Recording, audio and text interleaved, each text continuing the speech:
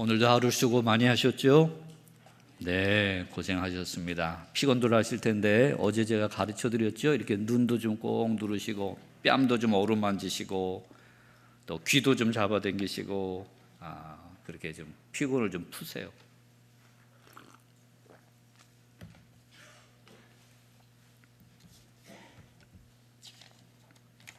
심호흡도 서너 번 깊게. 사람이 숨을 잘 쉬어야 건강해진답니다. 숨 쉬는 게 굉장히 중요하대요. 그래서 깊은 숨을 쉬는 게 중요하다 그럽니다. 이제 오늘 벌써 마지막 저녁 시간이네요. 시간이 빨리 지나간 것 같아요. 그렇죠? 이따 끝나면 인사드릴 기회가 없을 것 같아서 미리 인사를 좀 드립니다.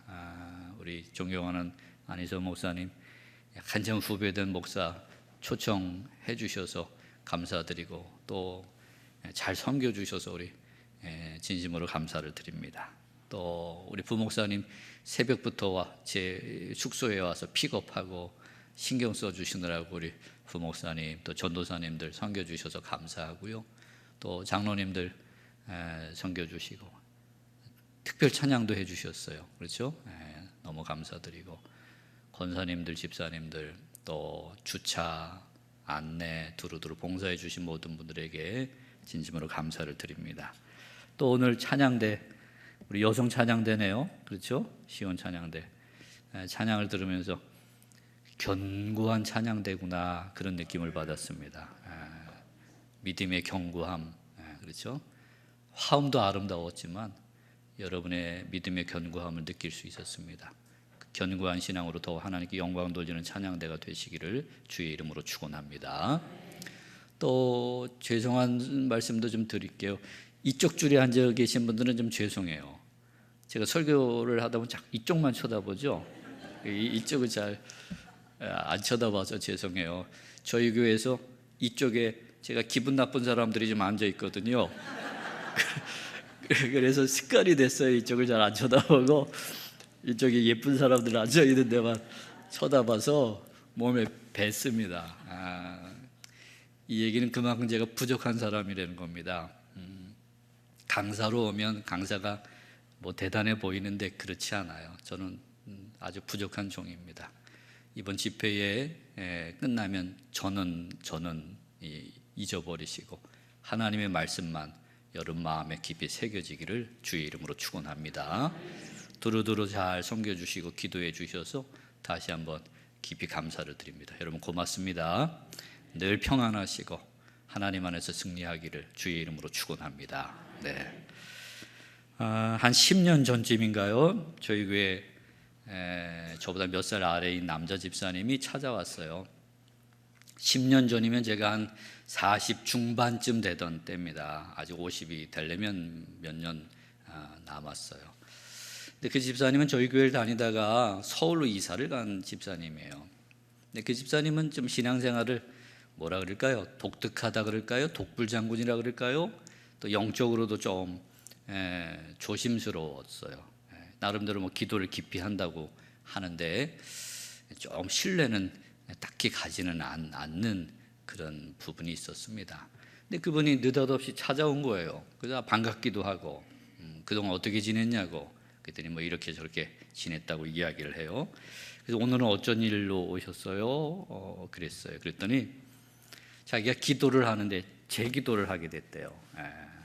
제 기도를 그래요. 감사하네요.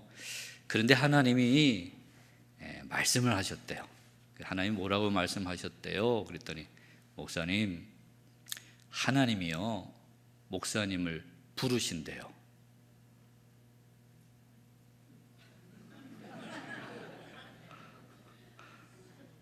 이게 무슨 뜻인지 여러분 바로 와 닿으셨어요? 하나님이 목사님을 부르신대요. 그러는 거예요.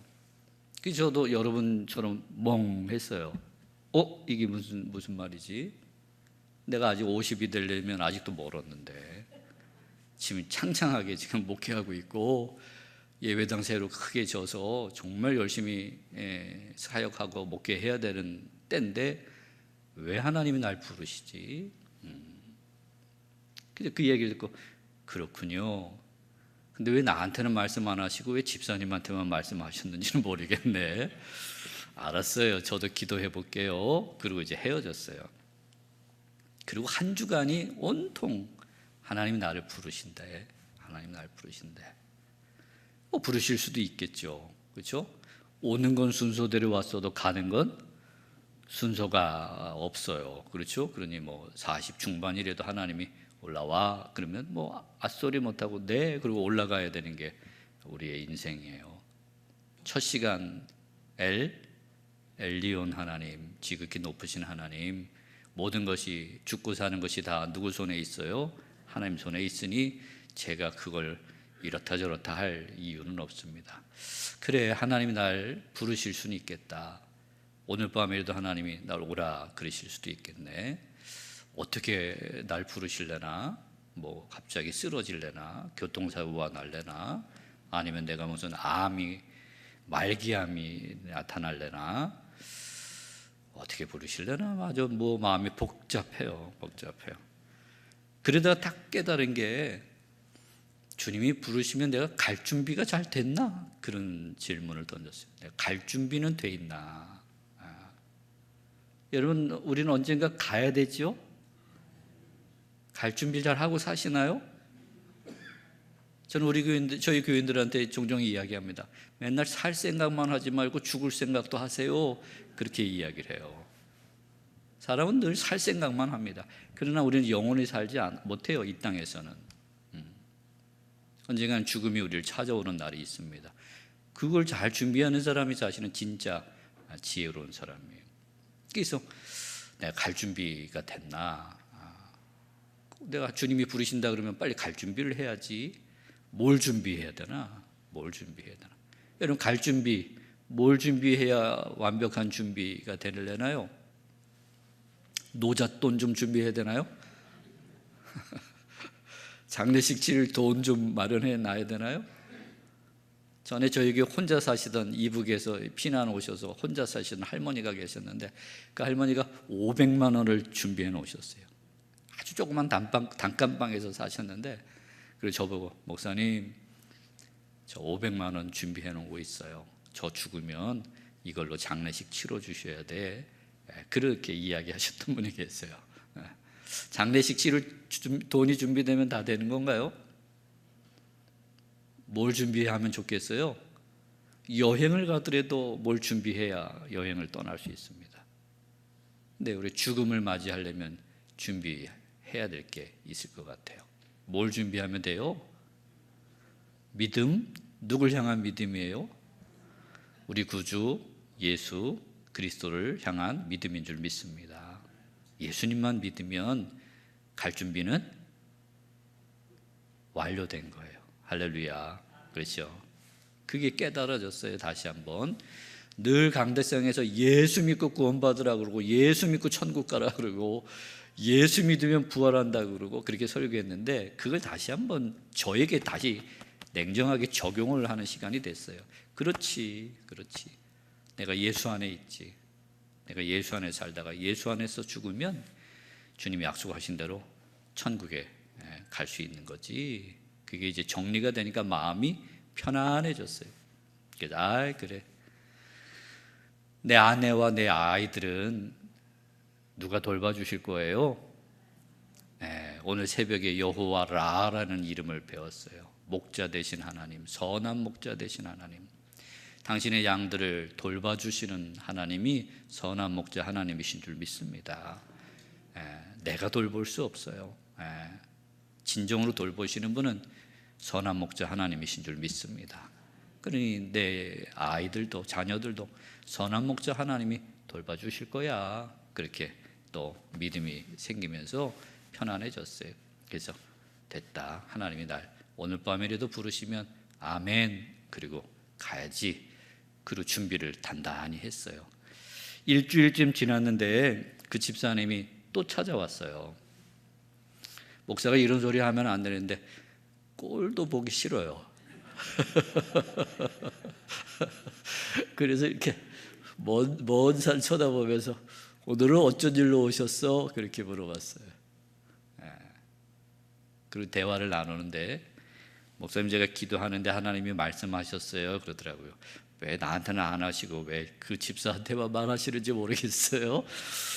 그래요? 이번엔 뭐라 그러셨어요? 그랬더니 목사님 하나님이요 보류하신대요 그랬어요. 보류하신대요 그랬어요. 그 덕분에 제가 지금까지 살아 있습니다. 그래서 아 그래요? 감사하네요. 그리고 이제 헤어졌는데 그 경험은 저에게도 아주 중요한 경험이 됐어요. 아 그렇구나. 내가 어느 순간 주님이 부르시면 떠나야 될 인생이지 그걸 깨닫게 됐고요. 죽음을 준비하는 게 최고의 준비구나. 그렇죠. 여러분 뭘 준비하는 거에 관심이 있으신가요? 요새는 다 노후가 길어서 노후 대비, 노후 준비하는 게 온통 관심사예요. 그렇죠? 어떻게 하면 노후를 잘 준비할 건가? 물론 잘 준비하셔야 돼요. 지혜롭게 준비하셔야 됩니다. 노후 준비가 안 되면 참 딱해요. 딱해. 그런 분들이 종종 있습니다. 노후도 잘 준비해야 되지만 인생이 정말로 준비해야 될 것은 마지막 가는 것, 죽음을 준비하는 것. 그것이 진정한 준비가 되는 줄 믿습니다. 오늘 여러분 주님 안에서 예수 안에서 죽음을 잘 준비해서 두려움 없이 확신 안에서 이 땅의 삶을 살아가는 하나님의 사람들이 되기를 주의 이름으로 축원합니다. 오늘 읽은 창세기 22장은 너무나 잘 아는 말씀입니다. 그렇죠? 이제 아브라함 이야기를 저녁마다 이제 살펴봤어요. 하나님이 아브라함을 만나 주셨고 불러내셨어요. 그리고 믿음의 길, 신앙의 길을 걸어가도록 하셨습니다. 믿음이 약하니까 하나님이 당신을 계시하세요. 말씀하세요. 위기 때마다 나타나셨고요. 그를 이끌어 가세요. 그러면서 아브라함의 믿음이 점점점 깊어집니다.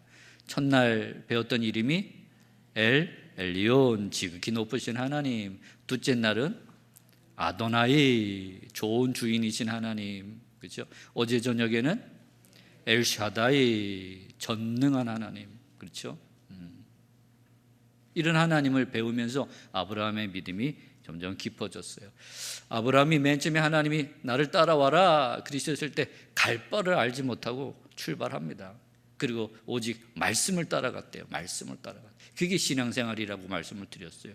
신앙생활은 내 기분과 감정과 지식을 따라 걸어가는 게 신앙생활이 아니고요. 하나님의 말씀을 따라가는 것이 신앙생활인 것을 다시 한번 명심하시기 바랍니다. 아브라함이 하나님의 말씀을 따라 한 걸음 한 걸음 신앙의 길을 걸어가요. 그리고 약속대로 이젠 틀렸다고 생각했는데 100살에 하나님이 약속하신 아들도 얻었어요. 이삭이라고 하는 아들도 얻었어요.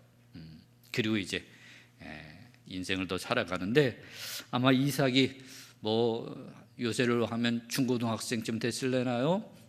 그런 나이쯤 됐는데 하나님이 아브라함을 테스트하세요. 테스트. 마귀는 유혹을 하죠. 유혹은 우리를 넘어뜨리려고 하는 거예요. 넘어뜨리려고. 하나님이 종종 테스트를 하실 때가 있습니다. 학교에서 시험을 보는 것은 학생들의 실력을 어떻게 하려고 시험을 봐요? 향상시키려고 시험을 보는 거예요. 사람이 시험을 봐야 실력이 어떻게 돼요? 올라갑니다. 향상이 됩니다.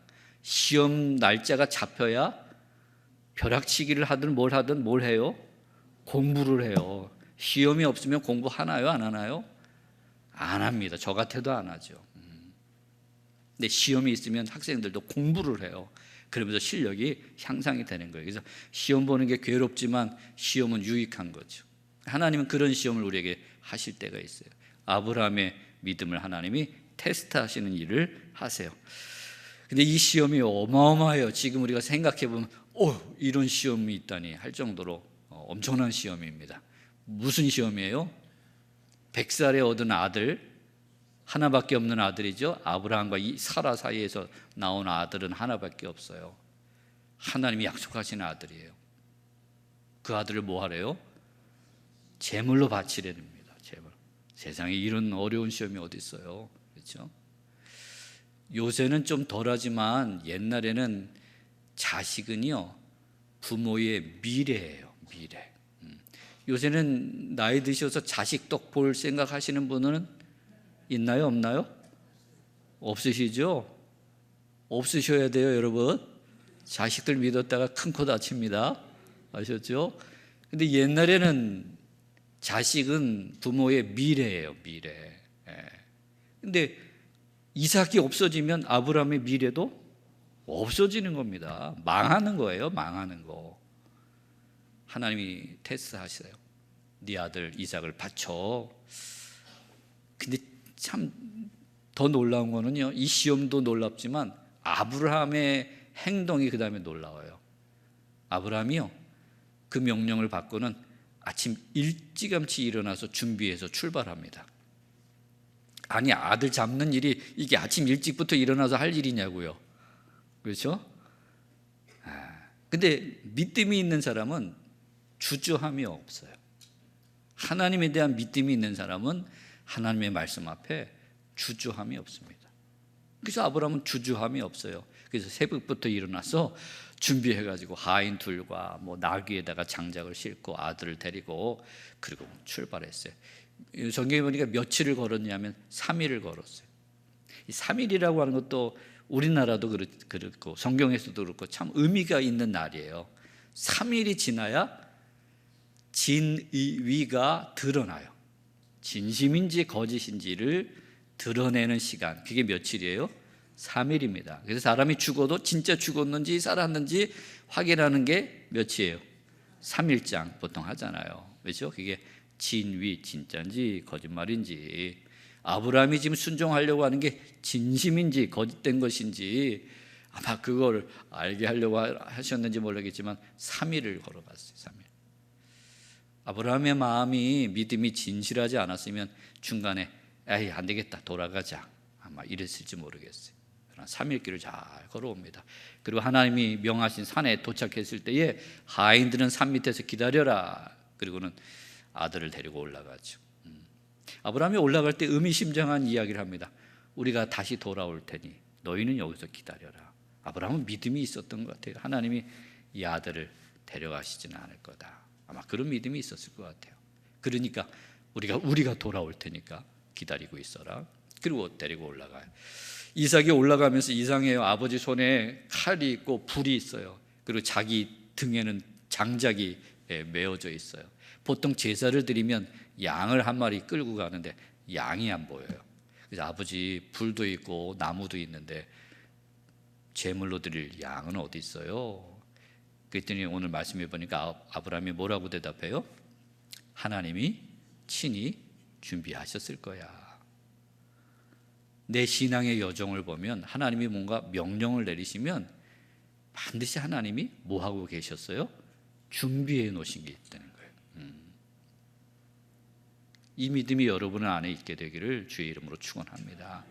하나님이 명령하셨으면요, 하나님은 그 일이 되도록 준비도 해놓으시는 분이 우리가 믿는 하나님이신 거예요. 아브라함은 그런 경험이 있는 거죠. 지금까지 그가 인생길을 걸어오고 신앙의 길을 걸어오면서 하나님을 배운 게 그거예요. 하나님이 말씀하셨으면 길도 열어주시고, 그렇죠? 예비해 놓으신 것도 있고 이런 걸 이제 경험했어요. 여러분들도 신앙의 연조가 깊어지면서 믿음도 함께 깊어질 수 있게 되기를 주의 이름으로 축원합니다. 수원종로교회 대단한 교회입니다. 100년이 넘는 역사를 가졌어요. 여러분의 믿음이 이 역사만큼 견고하고 깊은 믿음이 되기를 주의 이름으로 축원합니다. 아브라함이 그래서 아들 데리고 올라가서 장작을 쌓고 제단을 쌓고 장작을 쌓고 아들을 묶어가지고 올려놨어요. 그리고 칼을 들어서 잡으려고 하는 그 순간 하나님이 말리시죠. 부랴부랴 아브라함아 아브라함아, 급박한 소리가 들려요. 그리고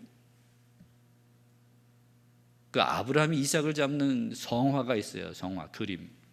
거기에 보면 칼을 들 손을 탁 쳐요. 그래서 칼이 떨어지는 그런 그림이 있습니다. 됐다. 네가 이제야 나를 경외하는 줄 알겠다. 그러셨어요. 그 순간 눈을 들어보니까 수풀에서 음메 양소리가 들려요. 가봤더니 순양이 나무에 걸려 있는 걸 발견하고 했고, 그래서 그 순양으로 하나님께 제사를 드리고 그곳 이름을 뭐라고 불렀대요? 여호와 이레. 뜻이 뭐예요? 여호와의 산에서 준비되리라 그랬습니다. 이 여호와의 산에서 준비되리라 이 부분만 가지고 설교해도 한두 편은 해야 되는데 시간이 없으니까 쉽게 우리는 뭐 하시는 여호와, 예비하시는 여호와, 준비하시는 여호와, 그렇게 우리가 부르죠. 우리가 믿는 여호와 하나님, 우리가 믿는 하나님이 뭐 하시는 분이에요? 예비하시는 하나님이십니다. 당신이 뭔가 명령 내리셨으면, 말씀하셨으면 그것에 대해서 준비도 하시는 분이 우리가 믿는 하나님이시구나 라고 하는 것을 이 말씀을 통해서 우리에게 일러주고 있어요. 그러니 여러분들이 그 하나님을 믿는다면 예비하신 하나님을 믿고 순종하는 삶을 살아야 될 줄 믿습니다. 특별히 불확실해 보일 때가 많아요. 우리가 사는 인생은 확실한 게 없습니다. 사실은 확실한 거는요, 하나님의 말씀 하나가 확실해요. 할렐루야. 세상에 도대체 확실한 게 뭐가 있어요? 세상은 불확실합니다. 집에 가서 잘 생각해 보세요. 그렇죠? 세상은 불확실해요. 확실한 거는 하나 있어요. 하나님의 말씀, 하나님의 약속. 이것 하나는 확실한 것인 줄 믿습니다.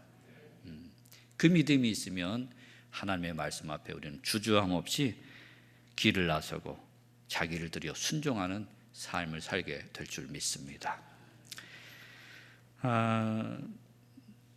제 이야기를 잠깐 할까요? 말씀드린 것처럼 저는 지난달이 딱 목회를 시작한 지 30년이 되는 달이에요. 30년. 제가 학부를 졸업하고 목회를 나가려고 준비했습니다. 말씀드린 것처럼 저는 저희 집에서 저 혼자 예수를 믿었고 신학을 했어요. 그리고 제가 고등학교 3학년 때 이제 저희 어머니가 교회를 다니기 시작하셨고요. 제가 신학교 간다 그럴 때 저희 어머니가 칼 들고 반대하셨다 그랬죠. 근데 그 어머니가 지금은 권사님이 되셨어요. 제가 군대 2학년 마치고 군대를 갔는데 제가 몸이 약했어요. 그러니까 이 약한 아들이 군대 갔으니 어머니가 얼마나 걱정이 되셨겠어요. 그래서 우리 아들 군대 가서 고생하는데 내가 편히 잘 수 없다. 그래서 제가 군대 가 있는 동안 날마다 밤에 교회 가셔서 철야 기도를 하셨어요. 하루도 빠지지 않고 담요 하나 들고 가셔서 저를 위해서 기도하셨어요. 저를 위해서 기도하시다가 은혜를 받으셨어요. 그때 성령의 기름을 부음받고 성령의 은사를 받으셔서 아주 귀하게 쓰임받는 권사님이 되셨고, 지금은 저를 위해서 늘 기도해 주시는 정말 저에게는 큰 기둥 같은 그 어머니가 되셨죠. 그러나 저희 집안에서는 신앙적으로 또 목회적으로 저를 도와줄 수 있는 분이 아무도 없어요. 그래서 학교를 졸업하고 목회하러 나가야 되는데 목회 자리가 없는 거예요. 저한테까지 올 만한 목회 자리가 없어요. 나와도 무슨 섬, 무슨 강원도 산골짜기 뭐 이런데 교인도 없는 그런 교회가 한 2군데인가 나왔었어요. 그래서 가겠다고. 그래서 이삿짐 쌀 날짜를, 이사할 날짜를 다 잡아놨는데 꼭 이삿짐 싸기 전날 전화가 와요. 미안하지만 다른 사람이 오게 됐으니까 오지 말라고. 그게 88년도입니다. 거절당했어요. 그래서 안 되겠다. 그냥 내가 개척을 해야 되겠다.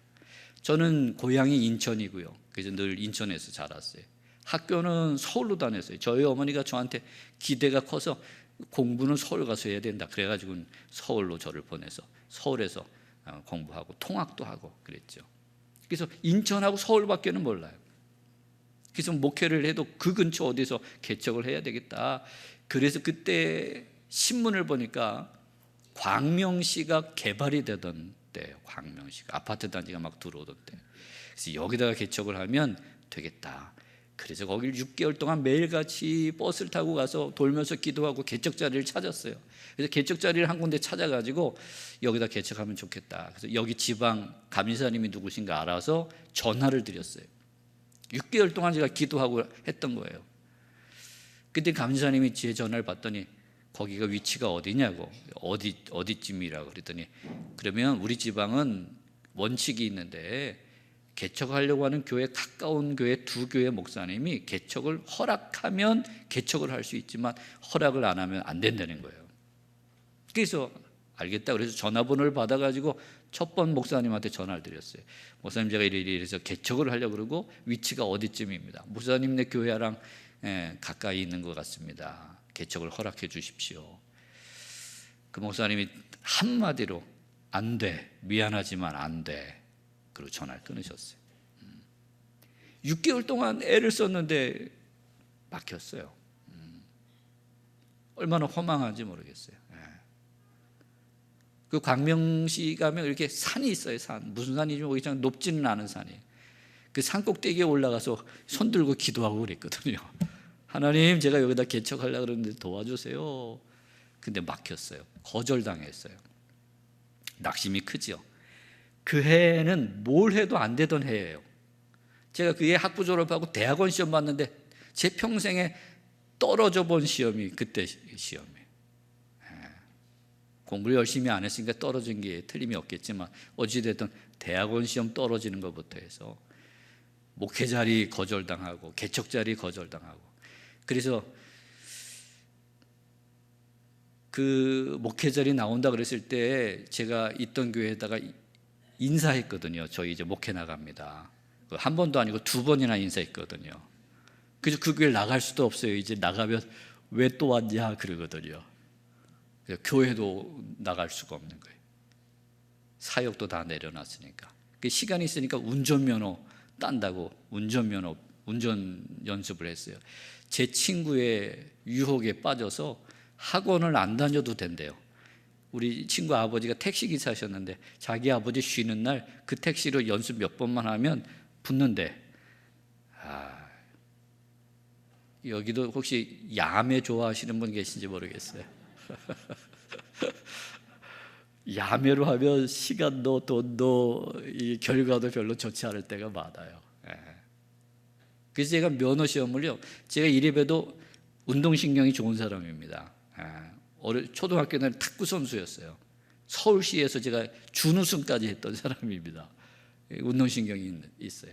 그래서 필기 시험은 한 번에 붙었는데 운전 실기 시험에서 8번 떨어졌어요. 그 해.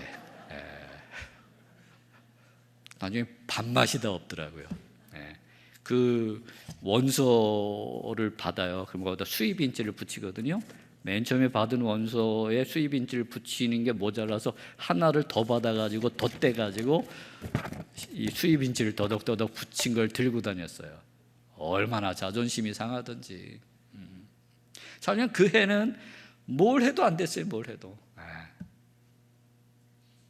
그러면서 제가 깨달은 게 있었어요. 내가 하나님을 믿는다고 했지만 나 자신을 너무 신뢰했구나. 자신만만했구나. 기도를 한다고는 했지만 기도는 건성이고 내가 해봐야지. 내가 해낼 수 있어. 이까짓 것쯤이야. 뭐 이런 마음이 저 안에 있었던 것 같아요. 하나님 그걸 다 무너뜨리셨어요. 그 해는 정말 뭘 해도 안 되는 해예요. 뭘 해도 안 되는 게 복이 될 때가 있습니다, 여러분. 너무 낙심하지 마세요. 뭘 해도 안 되거든. 이걸 통해서 하나님이 내게 뭔가 복을 주시겠다. 그런 기대도 좀 가질 필요가 있습니다. 그래서 10월 달 되도록 정말 아무것도 길이 열리지 않았어요. 그쯤 오니까 이제 하나님 앞에 겸손해지죠. 하나님께 엎드렸어요. 여러분, 하나님께 무릎 꿇지 않으면 사람한테 무릎 꿇을 일이 생긴답니다. 하나님께 무릎을 먼저 꿇으셔야 돼요. 무릎을 꿇고 기도했어요. 하나님, 저를 은혜 주시고 소명 주시고 신학하게 하시고 이제 졸업도 했습니다. 제가 주를 위해 살겠다고, 주를 위해 죽겠다고 주님께 헌신한다고 고백했는데 제가 주님을 의지하지 않고 내심으로 하려고 했던 것 회개합니다. 이제 제가 겸손히 주님을 의지하오니 주님 저를 어디든지 보내소서, 제가 가겠나이다. 그렇게 기도했어요. 그리고 나서 며칠 있는데 아침밥을 먹고 났는데 누구랑 약속한 것도 아닌데 제가 졸업한 감신대학교를 가고 싶은 거예요. 인천에서 서울로.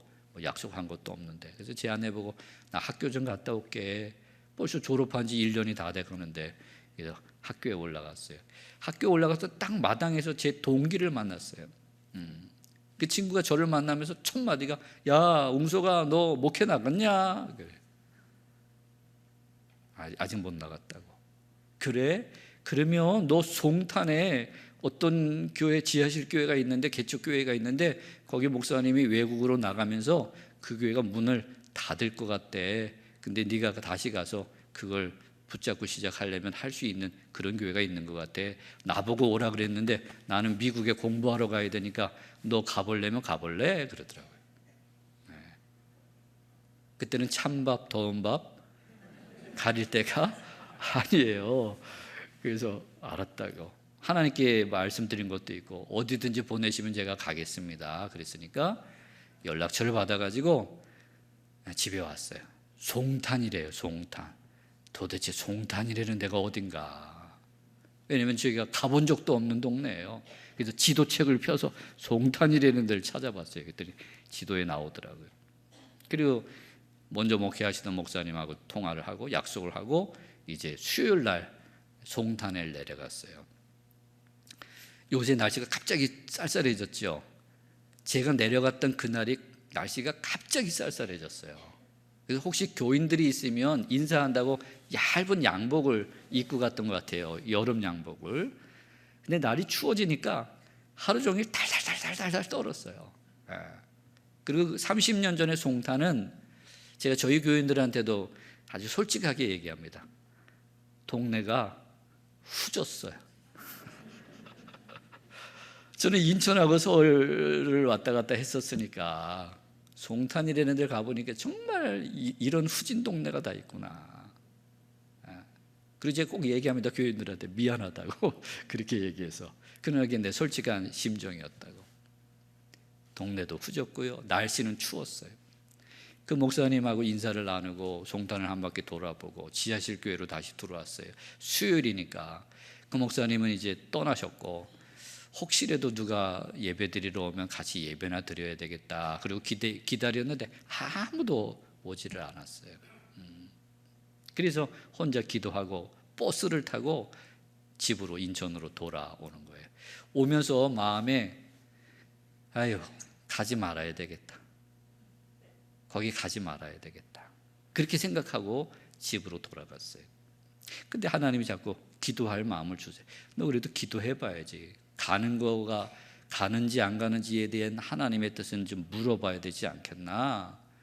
여러분 뭘 결정할 때 하나님께 물어보고 결정하는 사람들이 되시길 바랍니다. 내 기분 따라 내 판단 따라 그냥 휙휙 결정하면, 오늘 아침에도 새벽에도 말씀드렸지만 우리는 분별력이 없어요. 우리는 지혜가 부족합니다. 우리는 한 치 앞도 내다볼 만한 힘이 없어요. 그렇죠? 그래서 하나님 앞에 엎드려 기도했어요. 저는 기도하고 제 습관이 있다 그랬죠. 성경을 펴서 읽어보는 게 제 습관이에요. 기도하고 성경을 딱 폈어요. 요한복음 4장에 있는 말씀이에요. 딱 폈는데 4장 말씀을 쭉 읽어 나가는데 거기 이런 말씀이 있어요. 희어져 추수하게 되었다. 네가 심지 않은 것을 거두게 되리라.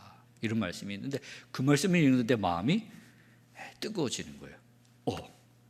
제가 볼 때는 추수하게 된 거는 그냥 나달 하나 보이지도 않아요. 앞이 캄캄하거든요. 그래서 제가 여기 오면 안 되겠다. 그러고 올라왔는데 하나님은 그 말씀을 통해서 저에게 말씀하세요.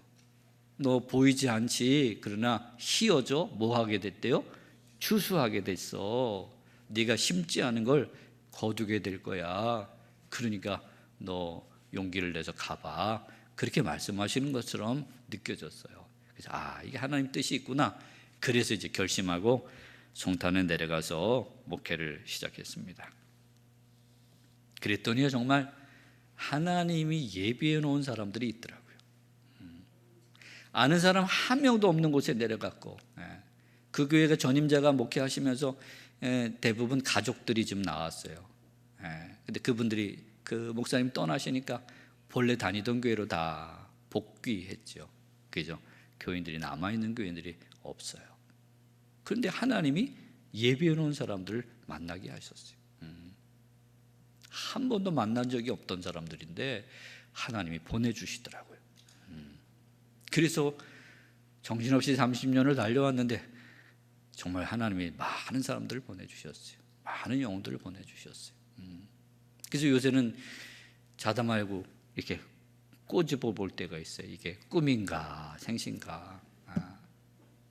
그때 아무것도 보이지 않는 교회였는데, 이게 하나님의 인도하심이 있고 하나님의 예비하심이 있구나, 그 믿음 하나 가지고 왔는데 정말 하나님이 예비하신 그런 사람들, 예비하신 영혼들, 그런 이들 쪽에서 교회가 잘 자라는 그런 은혜와 복을 받은 사람이 바로 저입니다. 제가 힘이 있고 능력이 있고 대단해서 그렇게 된 게 아니고요, 누가 예비해 놓으신 거예요? 하나님이 예비해 놓으신 거예요. 할렐루야. 우리가 믿는 하나님, 그런 하나님이세요. 예비해 놓으시고 우리를 부르시고 우리를 이끌어 가시는 분이 우리가 믿는 하나님이신 줄 믿습니다. 우리가 이 믿음이 있어야 돼요. 내 눈에 보이는 것이 전부가 아니고요, 그 뒤에 하나님이 예비해 놓으신 게 있다, 이걸 볼 줄 아는 사람이 복된 사람인 줄 믿습니다. 근데 그걸 보는 눈은 어떤 눈이냐? 믿음의 눈이에요. 누구에 대한 믿음이에요? 여호와 이레에 대한 믿음입니다. 예비하신 하나님에 대한 믿음이 있는 사람은 그 눈이 있어요.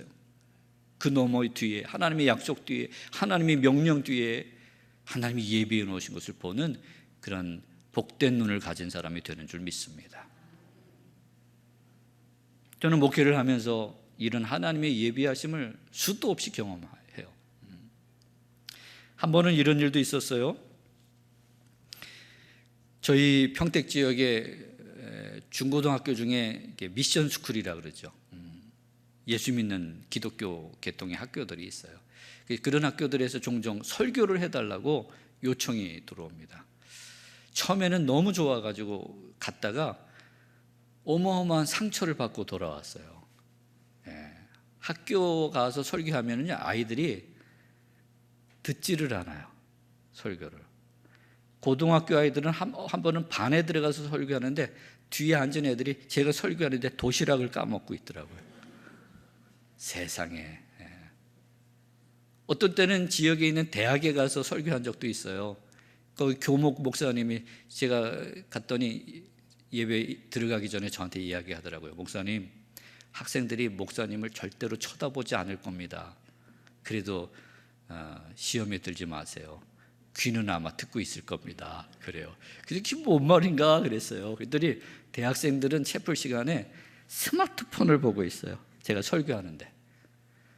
저를 쳐다보는 사람은 앞에 앉은 몇 사람만 저를 쳐다보고요, 한 2,000명 들어왔는데 다 고개가 여기만 보여요. 여기만. 막 시험에 들 것 같아요, 제가. 그래서 그거 몇 번 경험해보고는 내가 이제 중고등학교 가서 설교를 하면 손에 장을 지진다, 그렇게 결심을 했어요. 그래서 중고등학교에서 설교 요청이 들어오면 무슨 핑계를 대서라도 못 간다고 그랬습니다.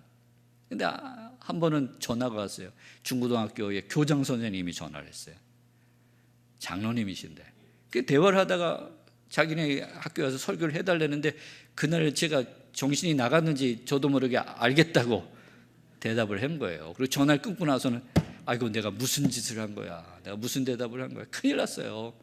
물를 수도 없고 간다 그랬으니 그냥 밥맛도 없고 잠도 안 오고 아주 괴롭습니다. 아이고, 가면 또 내가 상처받을 텐데. 근데 그 학교를 생각해 보니까 그 전에 한 번 간 적이 있는데, 이 학교가 작으니까 교실 2개를 터서 거기 2반 정도 아이들이 대표로 들어와서 예배를 드리고, 나머지 애들은 이게 영상으로 교실에서 예배를 드렸어요. 그러니까 조그만 데서 예배를 드리니까 그래도 애들이 잘 들었던 기억이 나요. 그래서 그나마 희망적이다, 그렇게 위로를 받고 준비를 해서 그 학교에 도착했어요. 학교 정문을 딱 들어서는 순간 악 소리가 났습니다. 그 사이에 그 학교가 큰 체육관을 지어놨어요. 중학생, 전교생 다, 고등학생, 전교생이 다 들어갈 수 있는 어마어마한 강당을 지어놓은 거예요. 거기 모여서 예배를 드리는 거예요. 이게 더 끔찍한 일이죠. 하늘이 노래요. 하나님, 절 좀 살려주세요. 저 오늘 또 상처받고 망신당하고 그럴지 몰라요. 절 좀 도와주세요. 기도하는 마음으로 이제 들어갔어요.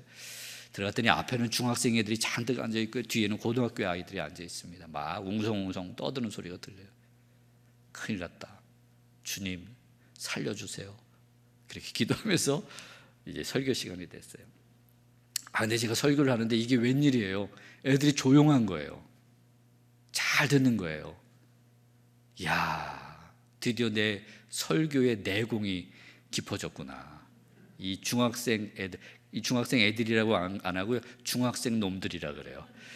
이 중학생 놈들이 내 설교를 듣다니, 야, 내가 대단해졌구나. 내 설교가 중학생들한테도 통하는 설교가 됐구나. 얼마나 기분 좋았는지 한 주간이 행복했어요. 날아갈 듯이 행복했어요. 예배를 다 잘 마치고 정말 행복한 한 주간을 보냈어요. 그리고 주일날 교회 와서 예배를 마쳤는데, 우리 교회 집사님, 여자 집사님 한 분이 저랑 인사를 해요. 목사님, 지난주에 우리 아들 학교에 와서 설교하셨다면서요? 그랬더니 그 집 아들이 그 학교를 다녀요. 큰 아들은 졸업을 했고 그 작은 아들이 고등학교 2학년인가 그래요. 근데 그 아들이 집에 와서 그러더래요. 엄마, 오늘 아침에 갔더니 주보에 목사님 설교하러 오시는 게 있어. 그래서 내가 너무 좋았어. 우리 목사님 설교하러 온다 그래서. 근데 보통 밖에 목사님들이 설교하러 오면 애들이 막 떠들거든. 그래서 내가 애들 떠들까 봐 앞에 나가가지고, 걔 형은 학생회장 출신이고 걔 동생은 공부는 못했는데 짱이에요. 이걸로 짱, 그 학교에서. 그래서 자기가 앞에 나가가지고 중학생 애들한테 그랬대요.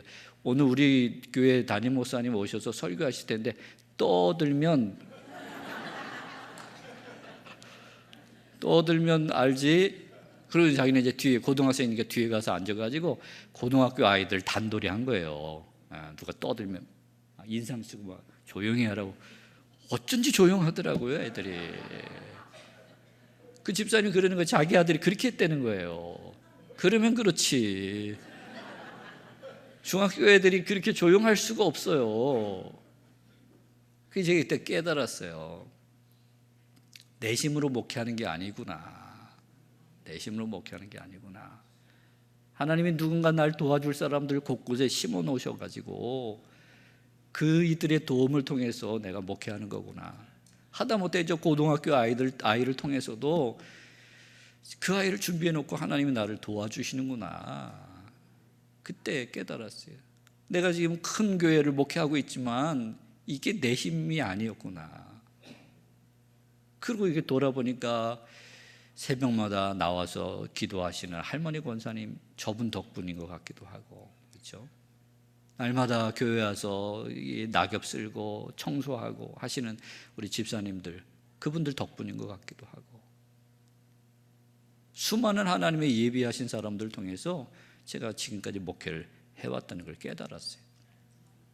지금도 제가 저를 감히 자랑할 수 없어요. 제 힘이 아니라 하나님의 예비하신 은혜로 여기까지 온 거예요. 우리의 삶이 돌아보면 하나님이 예비해 놓지 않은 게, 준비해 놓지 않은 게 뭐가 있을까요? 세상 사람들도 알아요. 우리가 태어날 때 무슨 손으로 태어나요? 빈손 들고 태어나잖아요. 그렇죠? 다 누가 준비해 놓은 걸 가지고 쓰다가 가는 거예요. 하나님이 준비해 놓으신 것, 그거 가지고 살다가 가는 거잖아요. 아닌가요? 그렇죠? 근데 우리가 잊어버릴 때가 많아요. 여기까지 하나님이 준비하신 것으로 내가 살아왔고요, 앞으로도 하나님이 준비하신 것으로 살아가게 될 줄 믿습니다. 사는 것도 그렇지만 시작하면서 말씀드린 것처럼 정말로 준비해야 될 게 하나 있는데 꼭 필요한 준비입니다. 그것은 죽음에 대한 준비예요. 인간은 죄로 인해서 영원히 죽을 수밖에 없는 존재라고 성경은 말씀하고 있어요. 영원히 죽을 수밖에 없는 존재예요. 이거 어떻게 하면 좋아요? 이거에 대해서 여러분들이 뭘 준비해 놓은 게 있습니까? 돈으로 이 문제를 해결할 수 있나요? 공부 많이 하면 이 문제 해결할 수 있나요? 좋은 일 많이 하면 이 문제가 해결되나요? 이 죄를 어떻게 하면 좋아요? 이 죽음을 어떻게 하면 좋아요? 우리의 힘으로는 방법이 없습니다. 그래서 하나님이 예수 그리스도를 통해서 예비해 놓으신 줄 믿습니다. 주님이 우리의 죄를 위하여 보혈을 흘려 놓으신 줄 믿습니다. 예수 그리스도의 보혈은 지금도 강물처럼 흘러 넘치고 있어요. 우리를 살리는 보혈이요, 우리의 죄를 씻는 보혈인 줄 믿습니다. 죄의 문제 때문에 고민하는 분이 있으면 염려하지 마십시오. 그 죄를 씻는 보혈을 예수님이 예비해 놓으셨어요. 그러니 믿음으로 예수를 의지하시고 그 보혈로 죄 사함을 얻게 되기를 주의 이름으로 축원합니다.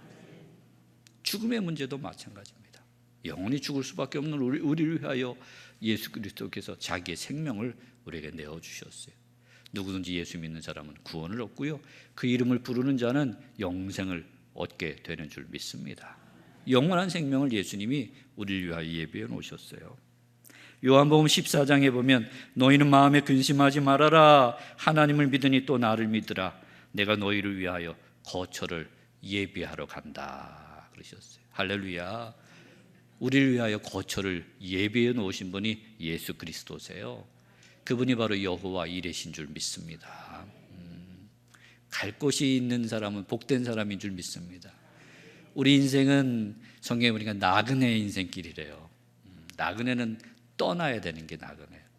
가야 될 곳이 있는 곳이 나그네예요. 그렇죠? 우리는 언젠가 떠납니다. 그리고 우리가 가야 될 곳이 있어요.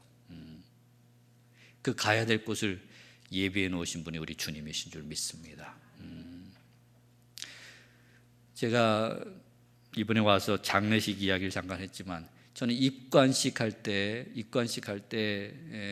본문을 예수님이 하신 말씀을 본문을 삼아요. 나는 부활이요 생명이니 나를 믿는 자는 죽어도 살고 무릇 살아서 믿는 자는 영원히 죽지 아니하리라. 또 나는 길이요 진리요 생명이니 나로 말미암지 않고는 아버지께로 올 자가 없다라는 말씀, 이런 말씀으로 장례식 때 또 입관식 때 설교를 합니다. 우리는 가야 되고요, 목적지가 있습니다. 세상도 길이 많아요. 그리고 여러분이 가려면 길을 따라가야 되죠. 처음 가는 길은 두렵습니다. 왜냐하면 길을 잘못 들어갈까 봐, 또는 길을 잃어버릴까 봐, 심지어는 길이 없는 경우도 있어요. 길이 없으면 갈 곳이 있어도 가지 못하죠. 이런 문제가 세상에도 있는데 우리의 인생길도 마찬가지예요. 우리는 어디로 가야 돼요? 하나님 아버지 품으로 돌아가야 될 줄 믿습니다. 천국으로 돌아가야 될 줄 믿습니다. 근데 길이 있나요? 길이 없으면 갈 수 없지요. 성경을 읽어보면 하나님께로 가는 길이 죄로 인해서 끊어졌어요. 길이 없어요. 그건 인간이 아무리 노력을 해도 하나님께로 나아갈 수 있는 길이 없어서 갈 수가 없는 거예요. 그걸 아셔서 하나님이 예수 그리스도를 보내주셨습니다. 그분이 우리의 길이 되어주신 줄 믿습니다. 오셔서 아버지께로 가는 길이 되어주셨어요. 예수님이 길이 되셔서 우리를 위한 길을 예비해 놓으신 분이 예수님이신 줄 믿습니다. 이것이 얼마나 큰 은혜인 줄 몰라요. 예수님 말씀하셨어요. 내가 길이요 그러셨어요. 여러분 믿으시기 바랍니다. 천국 가는 길이 있어요. 예수가 우리의 길이신 줄 믿습니다. 또 오늘 새벽에 여호와라 목자 되신 하나님, 선한 목자 되신 하나님 배웠어요. 목자는 양의 길을 인도해요. 양은 길을 잃어버리기 십상입니다. 잘못된 길로 가기 십상이에요. 예수님 말씀하셨어요. 나는 선한 목자다 그러셨어요. 예수님은 길도 되시고요, 선한 목자도 되세요. 그래서 우리가 마지막 가는 길에 길 잃어버릴 염려가 없습니다. 할렐루야. 예수 안에 있는 사람은 길 대신 예수님 따라가는 것이고요, 목자 대신 예수님이 길 잃지 않고 아버지 집에 도착할 때까지 우리를 인도해 주실 줄 믿습니다. 저는 장례식 때 꼭 이야기를 해요. 이 고인이 지금 마지막 가는 길을 갔는데 마지막 가는 길은 누구나 두렵습니다. 길 잃어버릴까 봐, 길 없을까 봐. 그러나 예수님은 내가 길이다 그렇게 말씀하셨어요. 그리고 이 고인이 길 대신 예수님 안에 살다가 예수님 안에서 가셨습니다. 길 잃어버리지 않고 우리 길 따라 예수님 따라, 그리고 목자 되신 예수님의 인도하심을 따라 지금쯤 아버지 집에 도착해서 편안히 쉬고 계실 겁니다. 그러니 위로를 얻으시기 바랍니다. 제가 그렇게 설교해요. 여러분, 우리를 위하여 마지막 가는 길이 예비되어 있어요. 우리를 위하여 목자가 예비되어 있고요, 우리를 위하여 천국집이 예비되어 있는 줄 믿습니다. 그러면 뭐 부족할 게 있겠어요? 내가 죽음을 예비해 놓은 사람이라면 그 사람이야말로 복된 사람인 줄 믿습니다. 근데 하나님이 바로 그런 여호와 이레시라고 성경은 우리에게 일러주고 있어요. 노후 준비만 잘하지 마시고요, 마지막 갈 준비, 천국 갈 준비도 잘하는 하나님의 복된 사람들 되기를 주의 이름으로 축원합니다. 특별히 아브라함이 순종했을 때 하나님이 됐다, 그만해라, 그리고 이제야 네가 하나님을 경외하는 줄 알아노라 그러셨어요. 그리고는 눈을 들어보니까 수풀에 걸려있는 순양을 발견했다고 성경은 기록하고 있습니다. 그래서 아브라함이 그곳 이름을 여호와 이레 그랬어요. 어떤 학자가 쓴 글에 보니까 재미난 정리를 해놨어요. 경외한다는 말을 이스라엘 말로는 야레 그래요. 야레. 준비한다라는 말은 오늘 배웠어요. 뭐예요? 이레예요. 이거를 신학적으로는 언어 유희 뭐 이런 표현을 써요. 또는 말장난 이런 표현을 써요. 성경엔 재밌는 말장난들이 있어요. 야레하면 뭐 한다? 이레한다. 여러분이 하나님을 경외한다는 걸 여러 가지로 표현할 수 있습니다. 믿고 순종하고 이렇게 표현하는 게 아주 좋은 표현 중에 하나예요. 경외라는 말은 하나님을 신뢰하고 순종하는 삶을 사는 거예요. 하나님을 신뢰하고 순종하면요, 야레하면요, 경외하면요, 어떤 일이 일어나요? 이레, 하나님이 예비하신 것을 맛보게 되는 거예요. 하나님이 예비해 놓으셨지만 그 예비해 놓으신 것을 맛보는 사람, 경험하는 사람, 그것을 얻어내는 사람이 누구냐? 야레하는 사람이에요.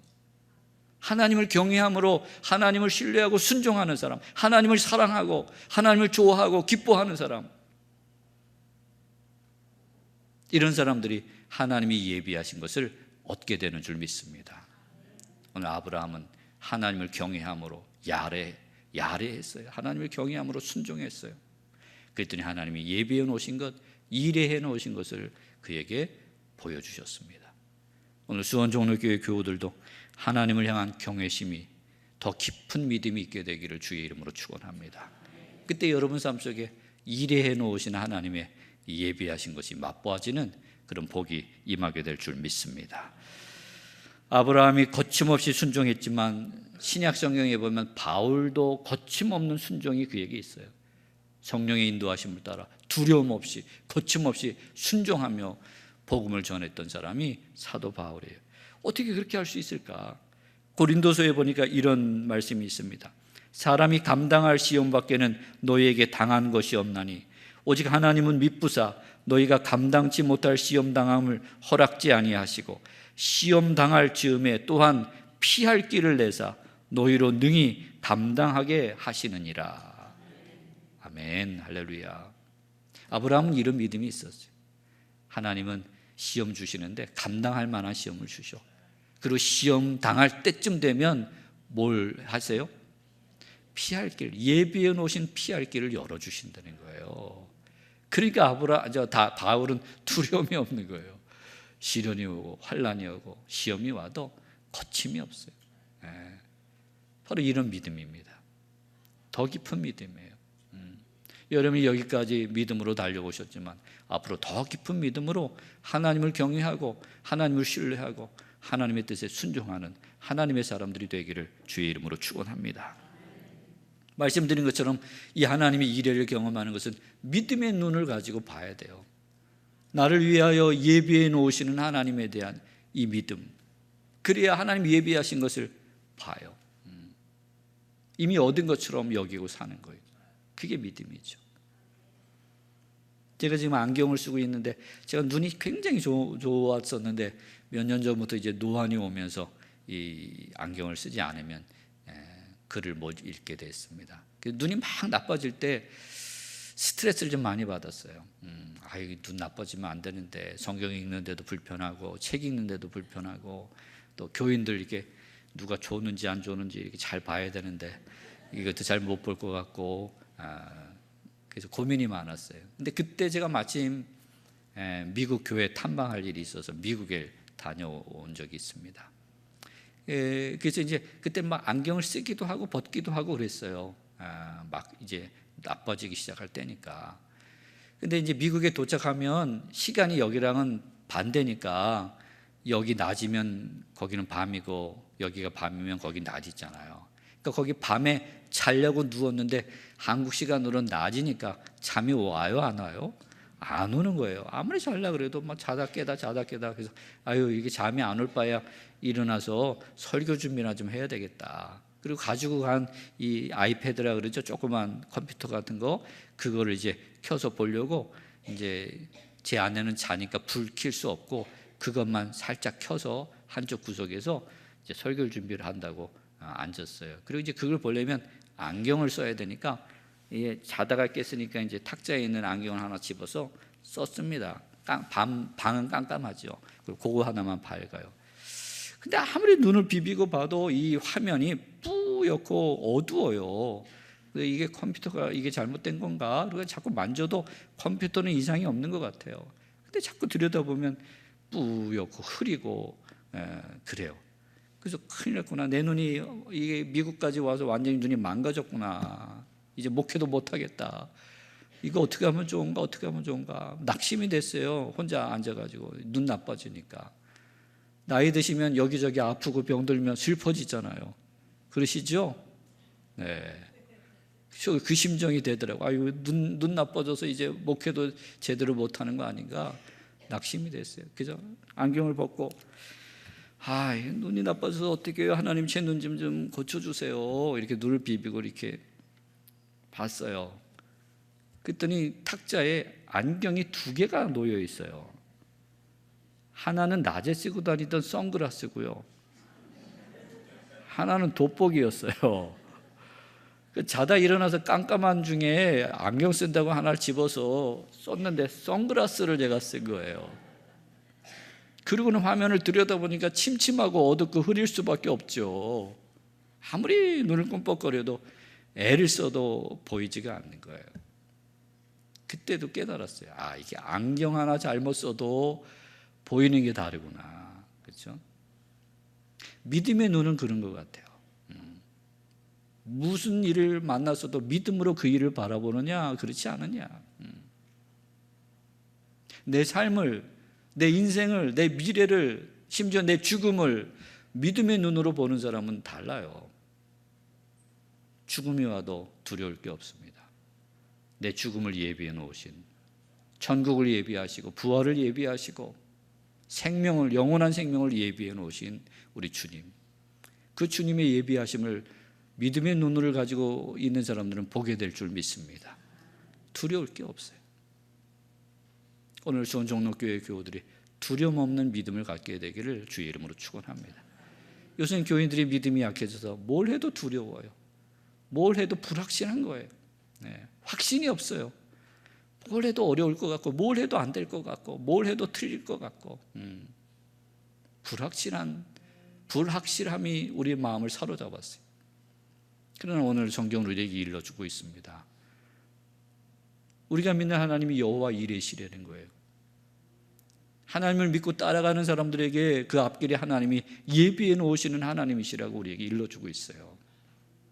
그러니 우리가 낙심하거나 불확실성 때문에 주저하는 믿음이 아니라 담대하게 두려움 없이 최선을 다하는 믿음의 사람들이 되어야 될 줄 믿습니다.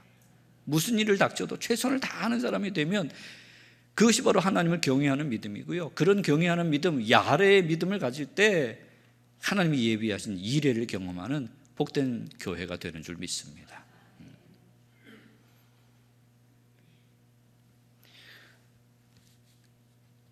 지금까지 집회 잘했다가 또 오늘 길게 하면 유종예비를 거두지 못할 것 같아서 제가 이제 마무리합니다. 이런 일도 있었어요. 저희 교회가 예배당, 지금 예배당을 짓고 나서, 지금 예배당이 참 아름답게 잘 지어졌어요. 그래서 지역에 있는 목사님 기독교 연합회에서 찾아왔어요. 기쁜 교회가 예배당 잘 지었으니까 이 교회에서 연합 합창제를 합시다. 초교파 연합 합창제를 합시다. 그랬어요. 그래서 좋다고. 저도 찬양하는 걸 너무 좋아하거든요. 그래서 저희 교회에서 연합 찬양제를 하게 됐어요. 7교회인가 8교회인가 뭐 그렇게 교단을 초월해서 장로교, 침례교, 뭐 감리교 이렇게 해서 저희 교회에서 하게 됐습니다. 그래서 이제 저희도 준비를 하면서 연습을 하는 거잖아요. 저희 교회에서 하니까 저희 교회 순서를 맨 마지막 순서로 넣었어요. 맨 마지막에 우리 기쁜 교회 찬양대가 하는 거예요. 우리 교회에서 하니까 우리 교회 찬양대가 잘해야 돼요, 못해야 돼요? 네, 여러분들도 그렇게 생각하지만 담임 목사는 더 그래요. 야, 우리 교회에서 하는데 우리 교회 찬양대가 정말 잘해야지. 네, 잘해야지. 그래서 연습할 때 되면 저녁에 제가 뒤에 가서 이렇게 앉아서 찬양대 연습하는 걸 지켜보는 거예요. 잘하나 못하나. 그때 2곡씩인가 불렀는데 마지막 곡이 잊을 수가 없어요. 모퉁이 똘이라는 찬양이 있어요. 근데 이 모퉁이 똘 찬양을 보면 맨 마지막 끝에 모퉁이 똘 포르테로 쫙 8박자를 끌어야 돼요. 그리고 쫙 끝나는 찬양이에요. 근데 음이 마지막에 좀 높아요. 모퉁이 똘 그러는데, 그리고 8박자를 끌어야 되는데 그것도 세게 끝까지 끌고 가야 돼요. 근데 제가 앉아서 들어보니까 7박자 반 되니까 호흡이 떨어져요. 그러면 모퉁이 똘 딱 끝나야 되는데 모퉁이 똘 이렇게 되는 거예요. 이게 얼마나 볼품없어요. 그래서 제가 지휘자를 불렀어요. 야, 호흡이 짧어. 자기도 안 돼요. 어떻게 하지? 연습하면 될 거래요. 그래, 열심히 연습해. 그리고 저는 이제 맨날 걱정되니까 가서 마지막 모퉁이 또 떨어지는지 안 떨어지는지. 컨디션 좋을 때는 뭐 7박자 반에 반까지 가는데 아니라 달라 끝에 그건 들을 줄 아는 사람만 들어요, 사실은. 그렇죠? 살짝 떨어지는 거예요. 호흡이 약해지면서 끝에 음이 약간씩 떨어져요. 이러면 안 되는데. 그래서 기도 제목이 됐어요. 하나님, 저희 교회에서 찬양제 하는데 저희 교회가 마지막 순서입니다. 잘해서 하나님께 영광을 돌려야 되는데 호흡이 짧아요. 하나님, 모퉁이 똘 8박자인데 주님 8박자입니다. 주님, 우리 찬양대에게 긴 호흡을 주옵소서. 그렇게 기도하는 거예요. 그리고 드디어 D-Day가 됐어요. 그날이 왔어요. 리허설 하는데 저는 신경이 바짝 쓰였는데 아니라 달라 리허설 할 때도 이 짧아요. 큰일 났어요. 망신당하게 생겼어요. 하나님 도와주세요. 그냥 다른 교회 찬양하는 건 들리지도 않아요. 그냥 눈만 떠질 뿐이지 마음은 온통 우리 교회 마지막 모퉁이 똘에 가 있어요. 8박자에. 이게 저희 교회 이제 마지막 순서입니다. 이제 찬양대가 올라와서 쫙 하는 거예요. 첫 곡을 잘했어요. 이제 마지막 곡 모퉁이 똘 시작했어요. 간절한 말, 하나님 모퉁이 똘 8박자 주여 믿습니다. 이렇게 기도하는 거예요. 근데 그날 이제 목사들은 맨 앞자리에 앉잖아요. 다른 교단 목사님들 앉고 제 옆에 감리교 선배 목사님이 앉아 계셨어요. 근데 그 목사님은 음악성이 좀 떨어지시는 목사님이에요. 그러니까 음악에 대한, 찬양에 대한 개념이 좀 약해요. 그래서 어떤 찬양은 잔잔하게 끝나는 찬양들 있잖아요. 그런 찬양은 박수를 치면 안 돼요. 끝까지 그 여운을 느껴야 돼요. 거의 소리가 안 들릴 때까지 소리가 쫙 잦아들면 그때 이제 박수를 쳐야 되는데 이분은 그런 거 상관없이 그냥 끝날 때쯤 되면 박수를 치시는 분이에요. 그래서 제가 눈치를 계속 주는 거예요. 그건 다른 교회 찬양대한테 민폐거든요, 민폐. 그래서 선배님이니까 말씀을 드릴 수는 없고 이렇게 소리를 내면서 이게 힌트를 드렸는데, 사인을 드렸는데 눈치도 없으셔요, 그분은 또. 그래서 참 우리 감리교 목사님 중에 저런 분이 없는데 음악성도 떨어지지, 눈치도 없지. 근데 선배님이니까 차마 말은 못하고 그냥 속으로 죄송해요 좀 이렇게 무시했어요. 아이고, 목사님이 음악을 좀 아셔야지 이렇게 몰라갖고 어떻게 목회를 할 수 있을까 그랬어요. 근데 이 목사님이 저희 교회 마지막 찬양하는데 모퉁이 똘 하는데요, 제 기억에는 5박자인가 6박자 들어가는데 박수를 치더라고요. 그리고 저희 교회가 맨 마지막 순서니까 소리까지 내면서 박수를 치셨어요. 이상하죠? 누가 박수를 치면 덩달아 다 치는 거예요. 그러니까 7박자 들어갈 때쯤 되니까 이거 앉아있는 회중들이 다 소리를 내면서 와 잘했다고 박수를 쳤어요. 8박자는 온데간데 없어졌어요. 했는지 안 했는지는 하나님만 아세요. 저도 듣지를 못했어요. 8박자가 어떻게 나왔는지, 음이 떨어졌는지 끝까지 포르테를 갔는지 잘 모르겠어요. 그리고 끝나고 목사님들이 다 제 손을 잡고 인사를 했어요. 기쁜 교회 찬양 내가 제일 잘했다고. 제가 회개했습니다. 이 목사님 하나님이 귀 쓰시는 종인지도 모르고 하나님이 예비해 오신 종인지도 모르고 내가 무시하고 속으로 이런 무식한 목사님이 어떻게 감리교 목사가 됐을까, 제가 속으로 그렇게 생각했던 것 회개했어요. 하나님이 우리 교회를 위해서 이 목사님을 예비해 놓으시고 그냥 주구장창 박수를 치게 하셨구나. 그렇죠? 우리는 뜻하지 않은 데서 하나님의 예비하심을 맛볼 때가 있습니다. 우리의 일상도 그래요. 하나님이 예비해 놓으시지 않은 건 하나도 없습니다. 하나도 없습니다. 하나도 없어요. 다 하나님이 예비해 놓으신 걸로 지금까지 왔는 줄 믿습니다. 여러분 믿음이 있길 바랍니다. 앞으로도 하나님이 우리를 위하여 예비해 놓으신 게 있을 줄 믿습니다. 천국을 예비해 놓으셨어요. 영원한 생명을 예비해 놓으셨어요. 아버지께로 가는 길을 예비해 놓으셨어요. 우리의 죄를 양털같이 흰눈같이 하실 보혈을 예비해 놓으셨습니다. 그러니 두려움 없이 믿음으로 최선을 다하면서 하나님의 뜻을 이루는 우리 수원 종로교회가 되기를 주님의 이름으로 부탁을 드립니다. 기도하겠습니다.